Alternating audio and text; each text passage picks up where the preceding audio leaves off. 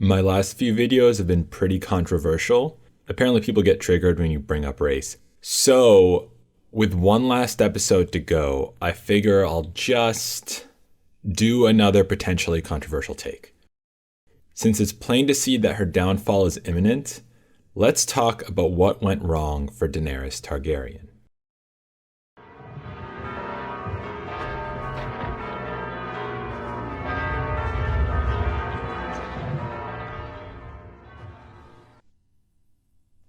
Now, I could do a whole video on how the showrunners failed to adequately set up Daenerys' dark turn, or how having her turn to excessive violence come after it's clear she's already won is a shallow critique of war, but that's a take I'm sure you've all heard by now. So instead of chalking it up to Targaryen madness or your typical why Jon is better than Dany fanboy rant, I'm going to try to give a more overarching assessment of Daenerys as a tragic hero, and what led to her fiery fall from grace, on a societal level, on a relational level, and on a spiritual level. Taking this city will not bring you any closer to Westeros or the Iron Throne. How many slaves are there in Yunkai? 200,000, if not more. Then we have 200,000 reasons to take the city. Daenerys' failure to reach the population of Westeros and her success to mobilize the population of Slaver's Bay comes down to her ability to utilize class consciousness.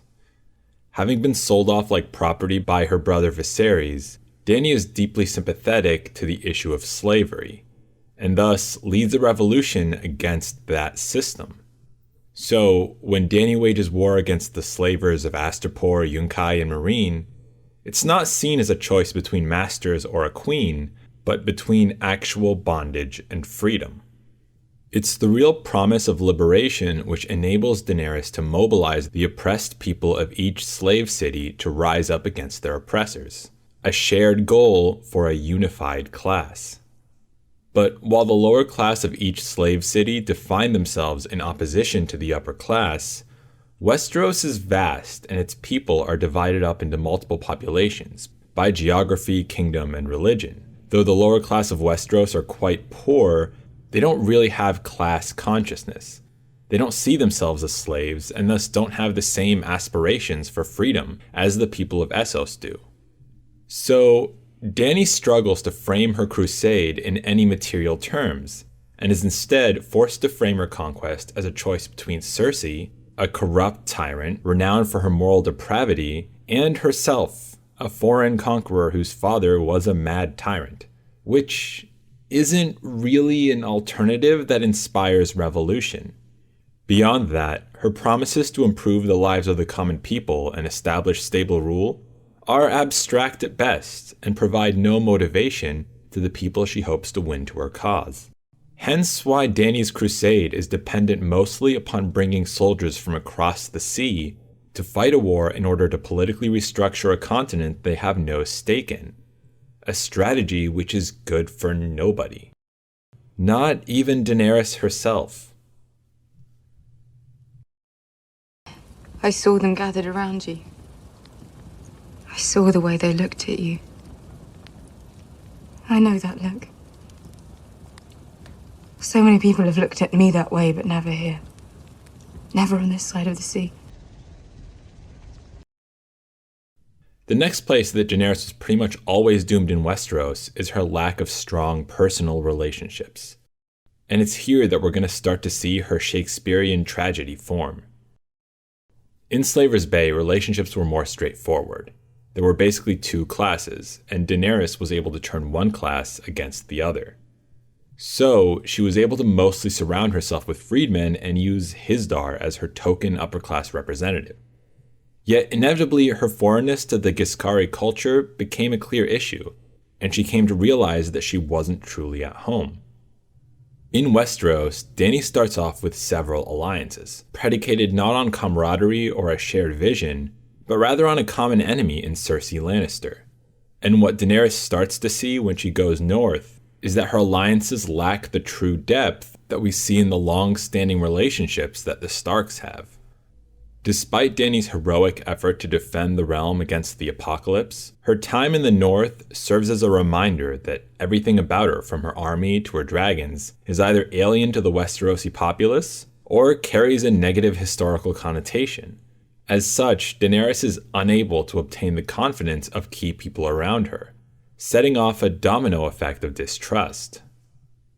As Daenerys loses some of her closest friends and advisors, things quickly turn from bad to worse, and Daenerys finds herself more isolated than ever before. A Targaryen, alone in the world. It's a terrible thing.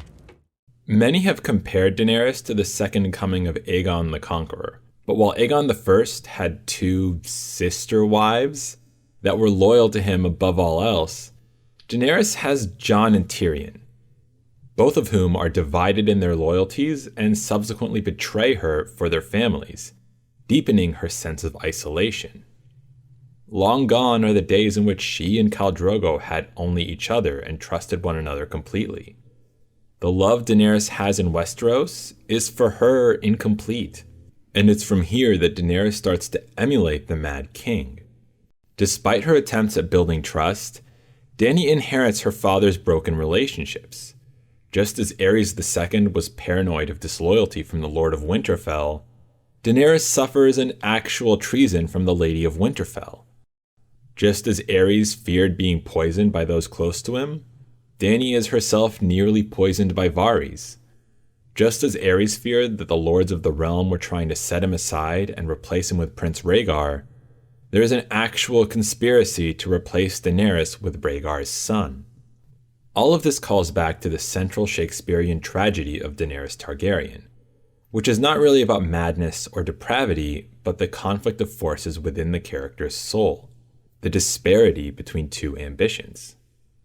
Daenerys' drive is initially framed as the desire for a home, in the books embodied by the Red Door. She desires companionship, belonging, and acceptance. Yet Dany's tragic error is the belief that she'll acquire these things in the pursuit of her other ambition, which is to reclaim the Iron Throne, when in fact, the pursuit of the Iron Throne has the exact opposite effect. One of the fundamental realities depicted in Martin's world is that power is isolating, absolute power most of all.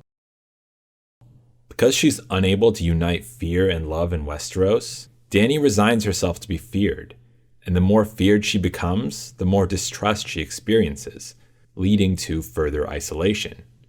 All of this works to cement Daenerys as a tragic hero, a larger-than-life figure ensnared by her own greatness, and led to calamity by a tragic flaw. Do you know what kept me standing through all those years in exile? Faith. Not in any gods. Not in myths and legends. In myself. In Daenerys Targaryen. The third way that Daenerys' conquest is doomed revolves around her internal self and why she seeks the Iron Throne in the first place. This is something deeper than a lust for power or an assertion of claim, but rather it stems from her desire to fight for her own validity. Since birth, Dany's mere existence was seen as a threat, and thus she was raised in exile, looking out for assassins, falling deeper and deeper into poverty, and yearning for a place to call home. This sense of being under attack really continues into adulthood when King Robert tries to have her killed just for getting pregnant. That, combined with the stories she hears from her brother about how they came from greatness and would someday return to greatness, became an emotional anchor for Daenerys, shaping the belief that her childhood suffering was a cosmic injustice that she needed to rectify. That determination and faith in herself propels her to expel not only this injustice, but all injustice. While this pride and self-determination is inspiring, it's also an expression of Dany's tragic flaw. Because the universe is indifferent, and the plight Daenerys experienced as a child was not a black or white crime against the innocent, but a messy, deeply embedded structural problem, like most injustices are. And thus, Daenerys is led to her doom by the belief that she can use fire and blood to reshape the world into a kinder, freer, more equal place. And while sometimes her power is empowering, other times it's oppressive. Because Daenerys is too single-minded to stop her crusade against injustice, she ends up becoming a tyrant in order to rid the world of tyrants, and thus loses herself in her crusade. In this, we can vaguely liken Daenerys Targaryen to the infamous Don Quixote. Driven by tales of grandeur, the character Alonso Quijano resolves to become a knight, taking on the name Don Quixote. Quixote then pledges himself to a woman he's only heard stories about, and travels the countryside to be a champion for the downtrodden, often doing more harm than good. Despite his good intentions, Quixote is tricked, ridiculed, and imprisoned, all before ultimately succumbing to sanity and dying a sad death. Similarly, Daenerys Targaryen is rebelled against, distrusted, and betrayed, all before succumbing to madness.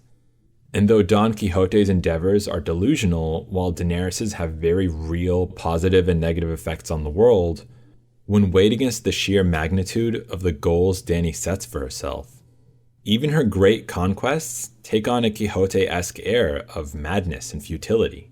Thus, the two characters prove to be similarly burdened by their own seemingly mad idealism.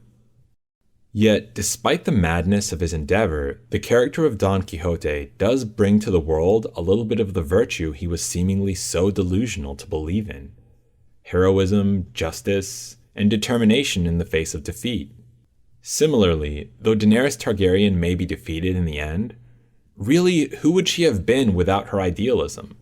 Without the madness to walk into fire, what would have become of Slaver's Bay? Or the Seven Kingdoms? We needed her. We needed her army, her dragons. Despite the missteps of D&D's writing, Daenerys Targaryen may have proven to be George R.R. Martin's ultimate gray character. And if in the end Bran could look upon the Night King and have pity, we should be able to pity Daenerys, to see and understand her humanity, to acknowledge that though she's committed an atrocity, she also helped save the world. Though she has oppressed, she's also liberated. Though it's plain to see she's fallen, we can't forget that first, Daenerys Targaryen had to fly. The unreachable